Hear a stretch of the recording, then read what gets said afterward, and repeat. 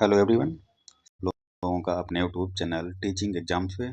आज इस वीडियो में हम लोग पॉलिटी से संबंधित क्वेश्चंस को कवर करने वाले हैं। ठीक है, पॉलिटी से।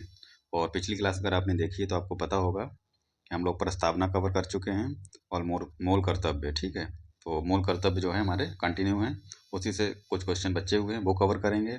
फिर उसके बाद नीति निर्देशक तत्व से क्वेश्चन को करेंगे। तो आप अगर हमारे चैनल पर नए विजिट किए हैं तो पहले चैनल को सब्सक्राइब करके आप हमें सपोर्ट कर सकते हैं। और अगर वीडियो पसंद आए तो वीडियो को लाइक और शेयर भी करें। और अगर आप बीपीएससी की तैयारी कर रहे हैं 4.0 के लिए,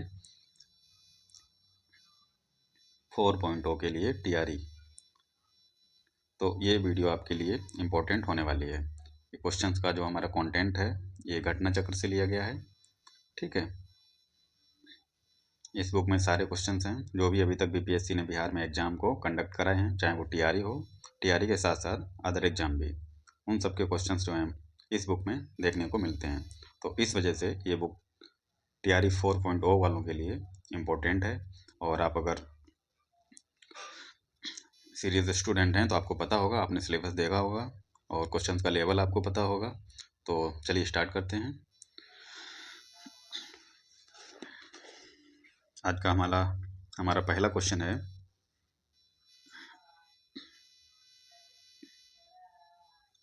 भारतीय संविधान में संशोधन करके शिक्षा का अधिकार कब जोड़ा गया? तो शिक्षा का अधिकार जो है संशोधन के बाद में कब जोड़ा गया था? तो ये 1 अप्रैल 2010 को। ठीक है, अगला क्वेश्चन है हमारा, मौलिक अधिकारों की मूल सूची में निम्नलिखित में से किसे जोड़ा गया? तो मौलिक अधिकार की मूल सूची में किसको जोड़ा गया? निःशुल्क एवं अनिवार्य प्राथमिक शिक्षा का अधिकार। तो ऑप्शन डी हमारा करेक्ट होने वाला है। ठीक है, नेक्स्ट क्वेश्चन है, निम्न में से कौन सा एक मानव अधिकार भारतीय संविधान के अंतर्गत मौलिक अधिकार भी है? तो ये हमारा शिक्षा का अधिकार। ठीक है, ये हमारा मानवाधिकार के बाद में ये मौलिक अधिकार भी है। ठीक है, और मानवाधिकार भी। तो मौलिक अधिकार और मानवाधिकार तो हमारा शिक्षा का अधिकार है। ठीक है, अगला क्वेश्चन देखते हैं, भारत के संविधान का निम्नलिखित में से कौन सा अनुच्छेद प्रेस की स्वतंत्रता से संबंधित है? तो प्रेस की अगर फ्रीडम की बात करें तो अनुच्छेद 19। ठीक है, इसका फैक्ट देखेंगे, भारतीय संविधान के अनुच्छेद 19 से 22 तक में स्वतंत्रता के अधिकारों का उल्लेख है। फ्रीडम की किस में बात की गई? 19 से 22 तक।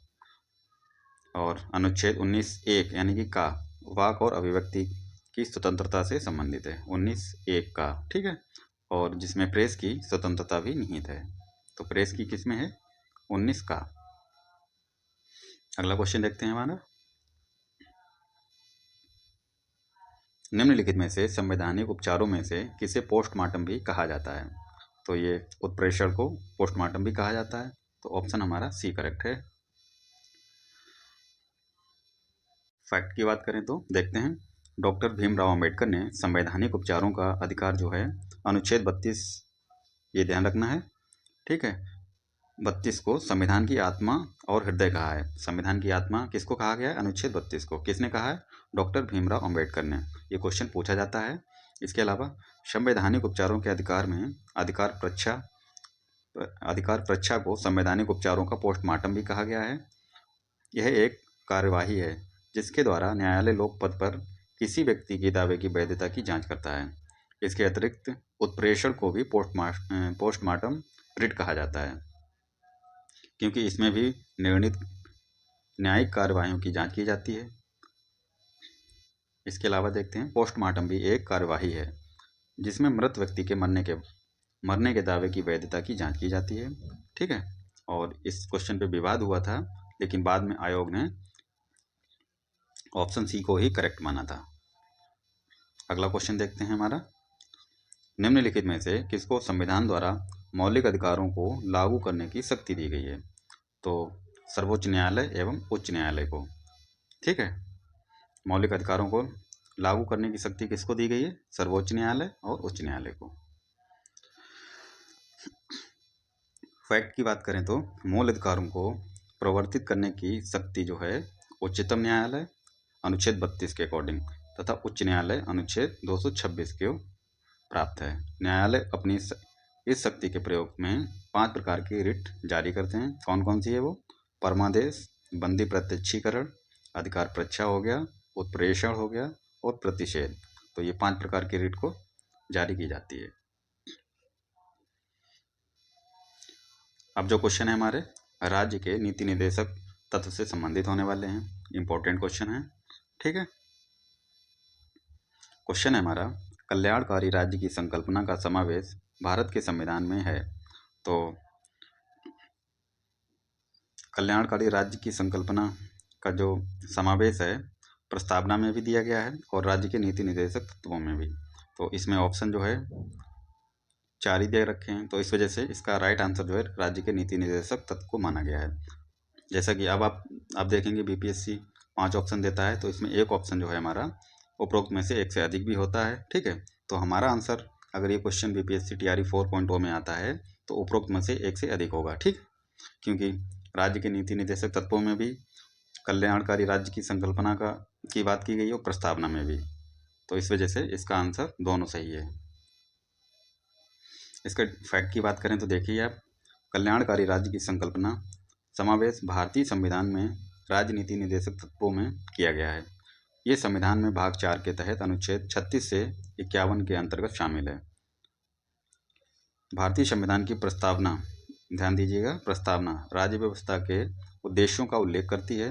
राज्य अपने नागरिकों को सामाजिक, आर्थिक, राजनैतिक न्याय और विचार अभिव्यक्ति, विश्वास, धर्म और उपासना की स्वतंत्रता एवं प्रतिष्ठा एवं अवसर की समता, यानी कि उपासना की स्वतंत्रता तथा प्रतिष्ठा एवं अवसर की समानता उपलब्ध कराएगा।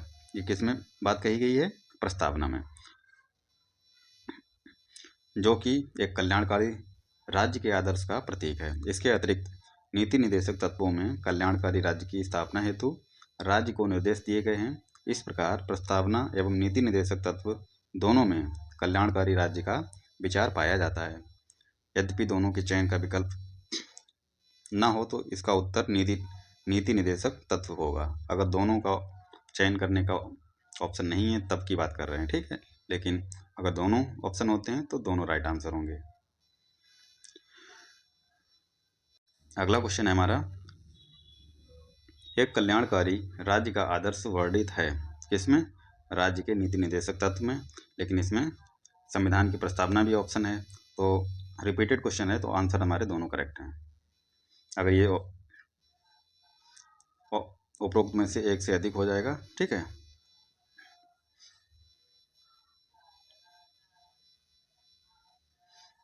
अगला क्वेश्चन देखते हैं, भारतीय संविधान के भाग 4 में दिए गए निर्देशी सिद्धांतों में निम्न में से कौन सा सूचीबद्ध है? तो समान कार्य के लिए समान वेतन, ये डीपीएसपी में दिया गया है। इसके अलावा समान नागरिक संहिता, ये भी दिया गया है, ठीक है। तो ऑप्शन हमारा 1 और 2 करेक्ट हो जाएगा। अगर इसके फैक्ट की बात करें तो इम्पोर्टेंट क्वेश्चन है, देखते हैं। भारतीय संविधान के भाग 4 में दिए गए निर्देशित सिद्धांतों में अनुच्छेद 39 घ, ध्यान रखना, 39 घ में पुरुष और स्त्रियों दोनों के समान कार्य के लिए समान वेतन की बात की गई। किसमें? 39 घ में। इसके अलावा अनुच्छेद 44 में नागरिकों के लिए एक समान नागरिक संहिता सूचीबद्ध है, जबकि अनुच्छेद 350 का प्राथमिक स्तर पर मातृभाषा में शिक्षा देने के विशेष निर्देश देता है। तो 350 अनुच्छेद क्या कहता है? मातृभाषा में शिक्षा देने की बात करता है। हालांकि यह भाग 4 में उल्लिखित नहीं है, इसका प्रभाव भी नीति निर्देशक तत्व जैसा ही है, ठीक है, और यह राज्य पर बाध्यकारी नहीं है। तो एक क्वेश्चन से कई फैक्ट देखने को आपको मिले। चलते हैं अगले क्वेश्चन पे।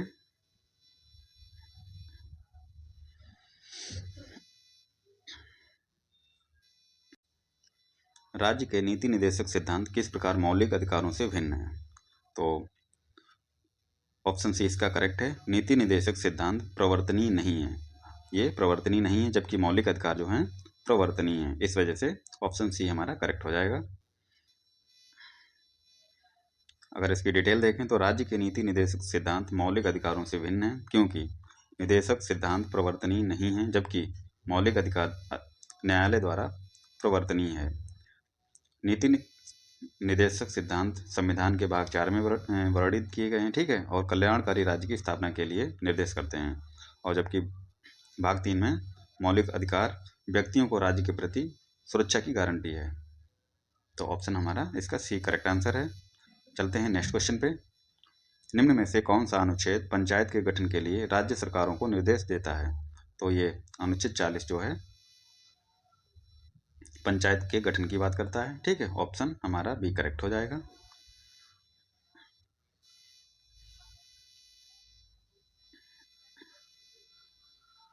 सूची 1 को सूची 2 से मिलान करना है। ग्राम पंचायत का गठन अनुच्छेद 40 में दिया गया है, ठीक है, और समान सिविल संहिता की बात 44 में की गई है। कृषि एवं पशुपालन की बात किस में की गई है? 48 में की गई है। इसके अलावा न्यायपालिका एवं कार्यपालिका का पृथक्करण किसमें किया गया? अनुच्छेद 50 में। और अंतर्राष्ट्रीय शांति का विकास अनुच्छेद 51 में, ठीक है, अनुच्छेद 51। अगला क्वेश्चन देखते हैं। अब जो क्वेश्चन है हमारे मूल कर्तव्य से संबंधित हैं। 42वें संविधान संशोधन के 10,000 आदेशों को किस नाम से जाना जाता है? तो ये मौलिक कर्तव्य के नाम से जाना जाता है इनको, ठीक है। ये क्वेश्चन देखो 2001 का पूछा गया है। इसका फैक्ट भी देखेंगे, इंपॉर्टेंट क्वेश्चन है ये। वर्ष 1976 में संवैधानिक सुधारों पर अनुशंसा देने के लिए कौन सी कमेटी गठित की गई थी? तो ये स्वर्ण सिंह समिति गठित की गई थी। कब? 1976 में। किसके लिए? संविधान सुधार के लिए। स्वर्ण सिंह समिति की अनुशंसा के आधार पर लाए गए 42वें संविधान संशोधन अधिनियम 1976 द्वारा भाग 4 का और उसके तहत अनुच्छेद 51 का, ध्यान रखना है, 4 का और अनुच्छेद 51 का संविधान में जोड़ा गया। संविधान में 10 मौलिक कर्तव्य शामिल किए गए। वर्ष 2002 में 46वां संविधान संशोधन होता है, ठीक है, और इस अधिनियम के द्वारा 2002 में एक नया मौलिक कर्तव्य जोड़ा गया, 6 से 14 वर्ष की आयु के बच्चों के शिक्षा से संबंधित। तो 6 से 14 वर्ष के बच्चों के लिए जो शिक्षा है ये निश्चित की गई, ठीक है। तो इसके बाद में मौलिक कर्तव्य की संख्या कितनी हो गई? 11। स्वर्ण सिंह समिति के अध्यक्ष जो थे इसमें 12 सदस्य थे, अध्यक्ष सहित कितने? 12 सदस्य। तो टोटल मौलिक अधिकार हमारे कितने हैं? 11। 6 से 14 वर्ष की आयु के बच्चों की शिक्षा से संबंधित जो संशोधन हुआ था, कब हुआ था? 86वां संशोधन था, 2002 में हुआ था। तो अगला क्वेश्चन देखते हैं। भारत के संविधान में मौलिक कर्तव्य किस संविधान संशोधन द्वारा जोड़ा गया? तो ये मौलिक कर्तव्य 42वें संविधान संशोधन के द्वारा जोड़ा गया था। ऑप्शन बी हमारा करेक्ट हो जाएगा। भारत के नागरिकों के मूल कर्तव्य का विवरण संविधान के भाग 4 का, किसमें? 4 का में, भाग 4 में अनुच्छेद 51 का में दिया गया है। और ये 42वें संविधान संशोधन अधिनियम 1976 द्वारा संविधान में जोड़ा गया था, ठीक है। अगला क्वेश्चन देखते हैं। क्वेश्चन है हमारा 42वें संविधान संशोधन अधिनियम 1976 से भारतीय संविधान में एक नया अध्याय जोड़ा गया। तो क्या जोड़ा गया था? मौलिक कर्तव्य। ऑप्शन सी हमारा करेक्ट हो जाएगा। मौलिक कर्तव्यों को निर्धारित किया गया है, किसमें किया गया है? 42वें संविधान संशोधन द्वारा। ऑप्शन सी इसका करेक्ट आंसर है। चलते हैं नेक्स्ट क्वेश्चन पे। निम्नलिखित में से भारत में मौलिक कर्तव्य कौन सा है? तो ऑप्शन बी, हमारी मिली जुली संस्कृति की समृद्ध विरासत को संरक्षित करना। ऑप्शन बी हमारा करेक्ट आंसर हो जाएगा। ये मौलिक कर्तव्य है, ठीक है। अगर इसके फैक्ट की बात करें तो देखिए, हमारी मिलीजुली संस्कृति की समृद्ध विरासत को संरक्षित करना मौलिक कर्तव्य है। यह अनुच्छेद 51 का और 4 में इस प्रकार शामिल किया गया। हमारी सामाजिक संस्कृति की गौरवशाली परंपरा का महत्व समझें और उसका परिरक्षण करें, ठीक है। ये अनुच्छेद याद रखना है, 51 का 4। अब क्वेश्चन जो है हमारे राष्ट्रपति से संबंधित हैं।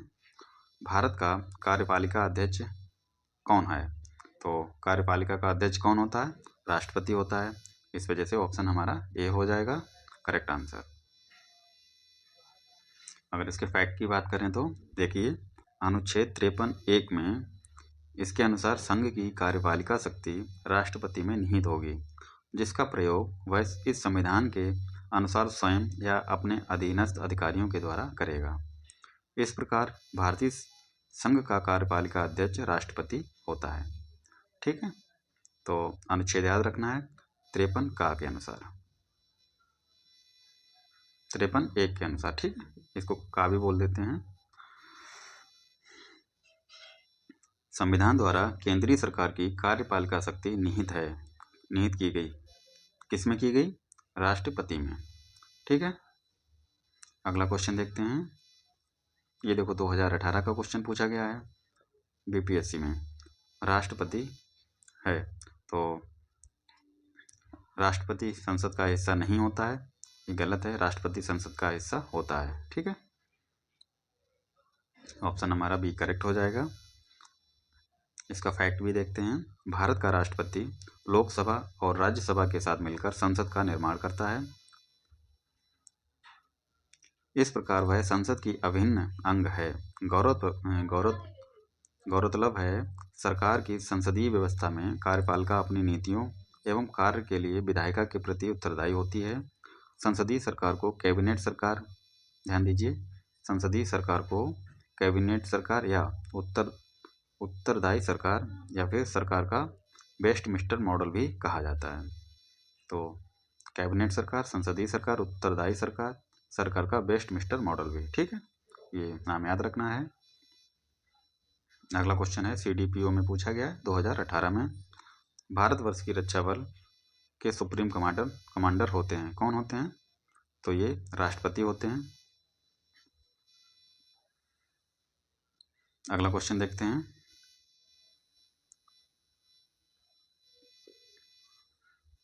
भारत के राष्ट्रपति अपनी शक्तियों का प्रयोग करते हैं, तो कैसे करते हैं? ये सीधे या फिर अपने अधीनस्थ अधिकारियों के द्वारा।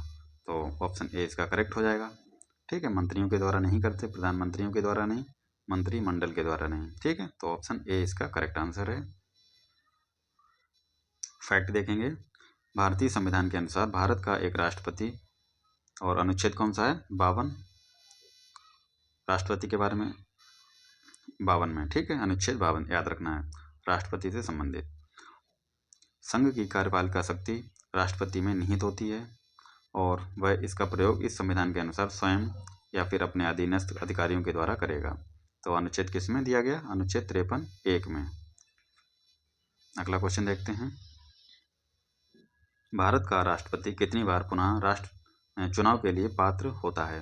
तो भारत का जो राष्ट्रपति होता है चुनाव के लिए कितनी भी बार पात्र है? तो ऑप्शन डी इसका करेक्ट आंसर है, कितनी भी बार।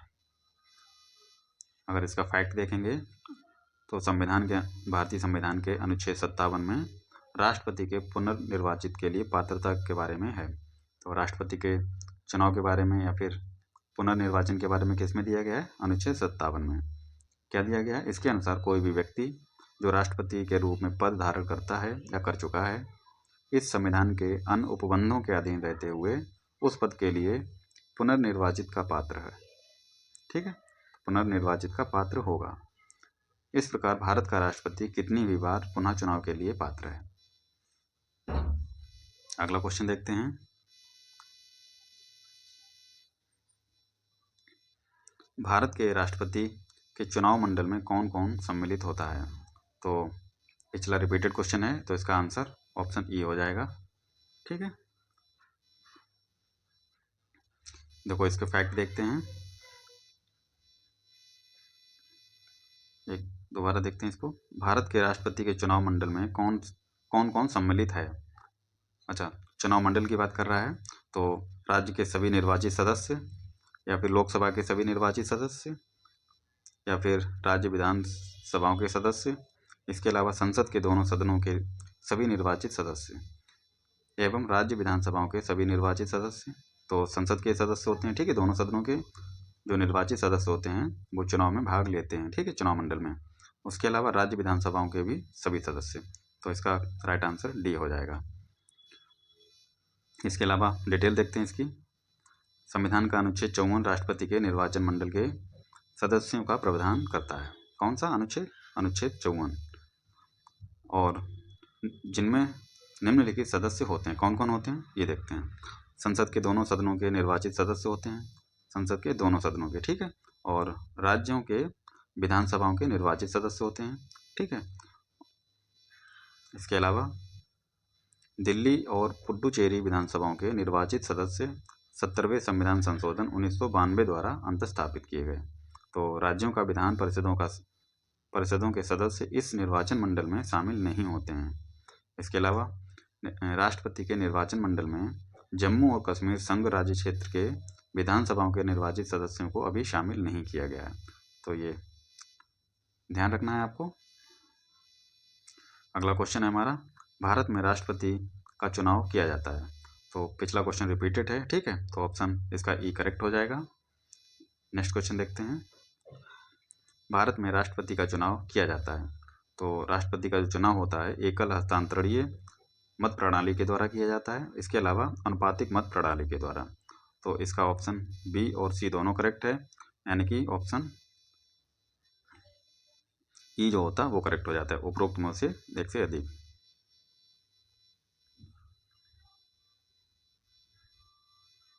एक से अधिक।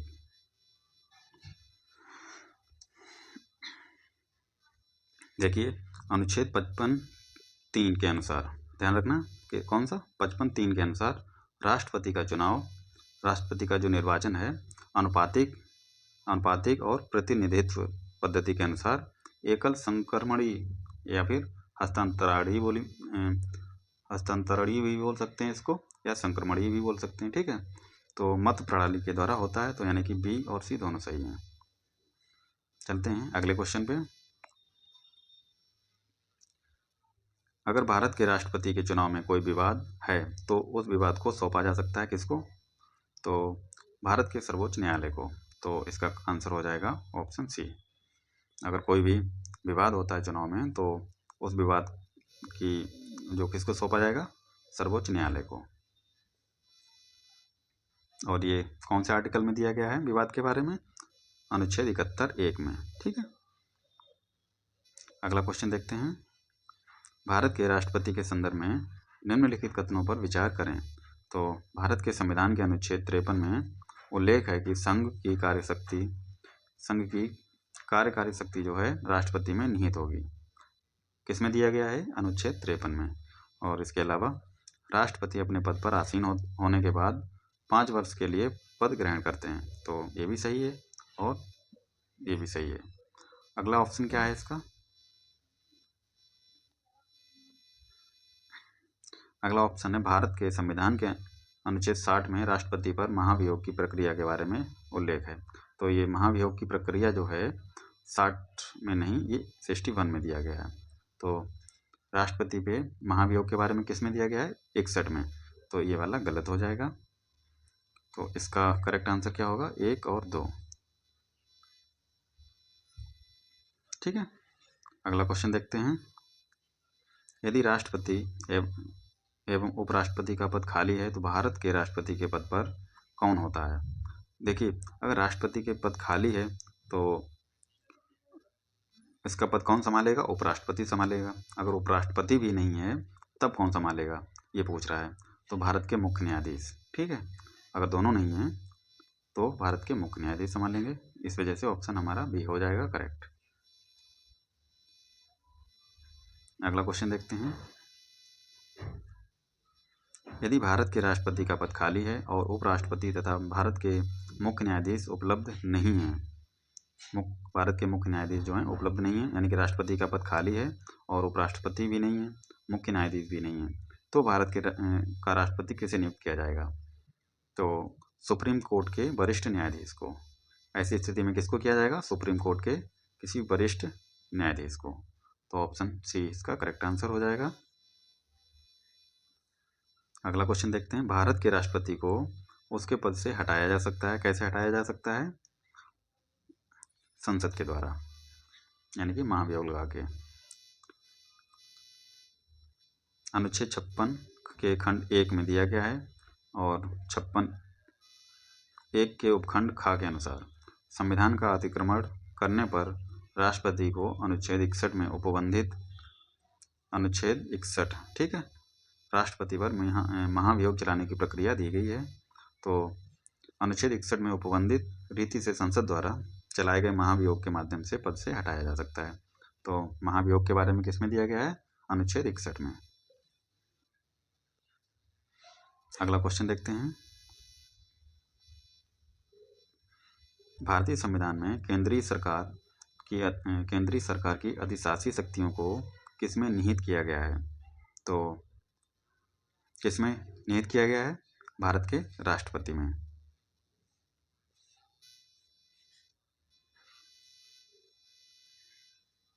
अगला क्वेश्चन देखते हैं।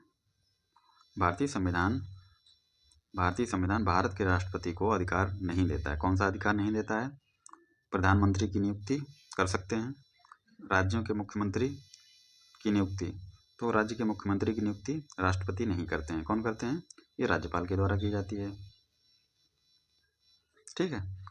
इसके अलावा रक्षा बलों का सर्वोच्च कमांडर होता है। इसके अलावा देखिए आप, देश के किसी भी भाग में आपातकालीन स्थिति लागू करने का अधिकार भी होता है। तो ये भी होता है, लेकिन ऑप्शन बी इसका करेक्ट आंसर हो जाएगा, क्योंकि राज्यों के मुख्यमंत्री की नियुक्ति राज्यपाल के द्वारा की जाती है, राज्य का जो राज्यपाल होता है उस समय उसके द्वारा। तो इसका आंसर हमारा बी हो जाएगा करेक्ट। अच्छा देखिए, अनुच्छेद 164 में दिया गया है राज्यों के मुख्यमंत्री की नियुक्ति जो है राज्यपाल को इसका अधिकार है। किसको? मुख्यमंत्री की नियुक्ति कौन करेगा? राज्यपाल। किसमें दिया गया है? अनुच्छेद 164(1) में। अगला क्वेश्चन आप देखिए, भारत के राष्ट्रपति को यह अधिकार नहीं प्राप्त है कि वह क्षमादान करे, आपातकाल की घोषणा करे, अध्यादेश जारी करे। तो ये तीनों का अधिकार होता है, लेकिन सर्वोच्च न्यायालय के न्यायाधीश को हटाए जाने का अधिकार नहीं होता है। तो ऑप्शन बी इसका करेक्ट आंसर हो जाएगा। अगला क्वेश्चन देखते हैं।